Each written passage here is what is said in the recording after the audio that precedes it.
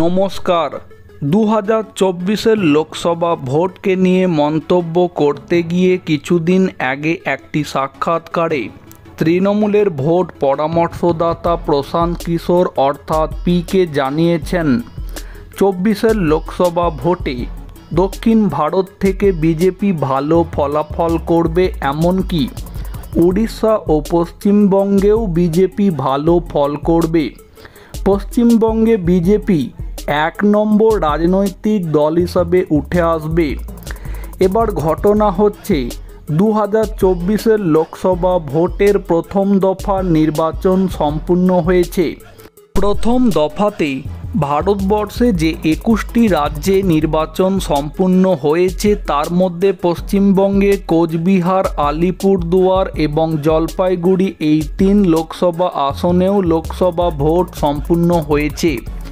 উত্তরবঙ্গের এই 3 লোকসভা আসনে ভোট সম্পূর্ণ হওয়ার পরই তৃণমূল বিজয় মিছিল বের করেছে। এবার কথা হচ্ছে প্রথম দফাতে উত্তরবঙ্গে যে 3টি লোকসভা আসনে ভোট হয়েছে, ভোট হয়ে যাওয়ার পরে যেটুকু আভাস পাওয়া গিয়েছে তাতে কোনো প্রকারে উত্তরবঙ্গের এই 3 লোকসভা আসনে তৃণমূল এগিয়ে নেই, অর্থাৎ উত্তরবঙ্গের এই 3টি লোকসভা আসনে বিজেপি তৃণমূলের থেকে অনেকটাই এগিয়ে আছে।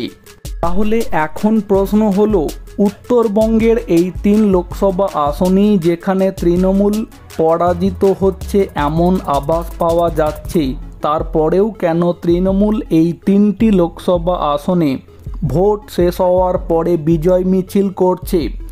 এক্ষেত্রে রাজনৈতিক মহলের অনেকে যেটা বলছেন, পশ্চিমবঙ্গে বাকি 6 দফাতে যে 39টি লোকসভা আসনে ভোট রয়েছে সেখানে তৃণমূলের কর্মী সমর্থকদের মনোবল চাঙ্গা করার জন্য এমনটা করছে। আবার অনেকে এটাও বলছেন, যেখানে উত্তরবঙ্গের এই 3 লোকসভা আসনে বিজেপি জিতছে এটা জানা যাচ্ছে, সেক্ষেত্রে তৃণমূল পশ্চিমবঙ্গে বাকি 6 দফাতে যে 39টি লোকসভা আসনে ভোট রয়েছে সেখানে বিজেপির কর্মী সমর্থকদেরকে একটা বার্তা দিতে চাইছে, দেখো উত্তরবঙ্গে যে 3টি লোকসভা আসনে ভোট হলো সেখানে বিজেপি জিতছে না, তাই এইভাবে তৃণমূল বিজয় মিছিল করে বিজেপির কর্মী সমর্থকদের মনোবল দুর্বল করে দেওয়ার একটা চেষ্টা করেছে। অনেকে আবার এটাও বলছেন, যেখানে তৃণমূলের ভোট পরামর্শদাতা পিকে 2024-এর লোকসভা ভোটকে নিয়ে নিজেই জানিয়ে দিয়েছেন পশ্চিমবঙ্গে তৃণমূলকে টপকে বিজেপি 1 নম্বর রাজনৈতিক দল হিসাবে উঠে আসবে। সেখানে পিকের এই ঘোষণার পরেও কেন তৃণমূল প্রথম দফাতে 3টি লোকসভা আসনে ভোট শেষ হওয়ার পরে বিজয় মিছিল করছে? এক্ষেত্রে রাজনৈতিক মহলের অনেকে যেটা বলছেন, এখানেও তৃণমূল এবং পিকের একটা গোপন কোনো খেলা খেলছে। যেমনটা 2021-এর পশ্চিমবঙ্গ বিধানসভা নির্বাচনের সময় বিজেপির দিকে একটা হাওয়া ছিল, কিন্তু ভোট গণনার সময় সমীকরণ সম্পূর্ণ বদলে যায়, অর্থাৎ গণনা কারচুপি করে সেবার বিধানসভা নির্বাচনে পিকের আইপ্যাক টিম তৃণমূলকে জিতিয়ে দিয়েছিল যে অভিযোগ পাওয়া গিয়েছিল।